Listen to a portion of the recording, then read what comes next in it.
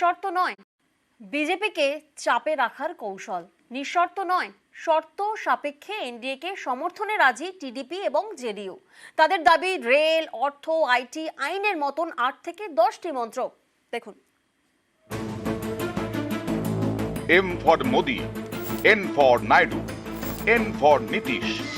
এই দুই এন জোটে থাকলে তবেই কেন্দ্রে এনডিএ সরকার।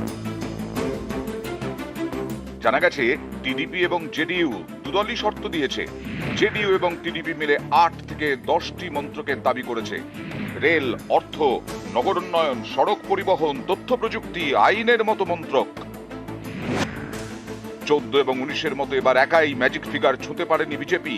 তাই এবার কেন্দ্রে বিজেপির সরকার নয়, হবে এনডিএর সরকার। এনডিএর সরকার করতে জেডিইউ এবং টিডিপির সমর্থন মাস্ট, কারণ এই দুই দলের হাতে আছে সংখ্যা। নীতিশ কুমারের জেডিইউ এর আসন সংখ্যা 12 আর চন্দ্রবাবু নাইডুর দল টিডিপির ঝুলিতে 16। এনডিএর এবার আসন সংখ্যা 292, অর্থাৎ এই দুই দল সরে গেলে সেটা কমে হবে 264, যা ম্যাজিক ফিগার 272-এর কম। অর্থাৎ এনডিএর ভরসা এখন চন্দ্রবাবু নাইডু এবং নীতিশ কুমার। দুজনেই দীর্ঘদিন এনডিএ শিবিরে ছিলেন।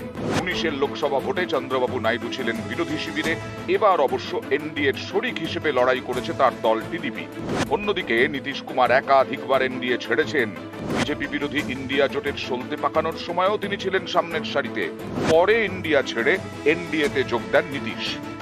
বুধবার দিল্লিতে এনডিএর বৈঠক হয়। সেই বৈঠকে উপস্থিত ছিলেন নীতিশ কুমার এবং চন্দ্রবাবু নাইডু। দুজনেই এনডিএ সরকারে যোগ দিতে একাধিক মন্ত্রকের দাবি করেছেন। সরকার গড়তে এই দুজনই বিজেপির বড় ভরসা। নিউজ 18 বাংলা।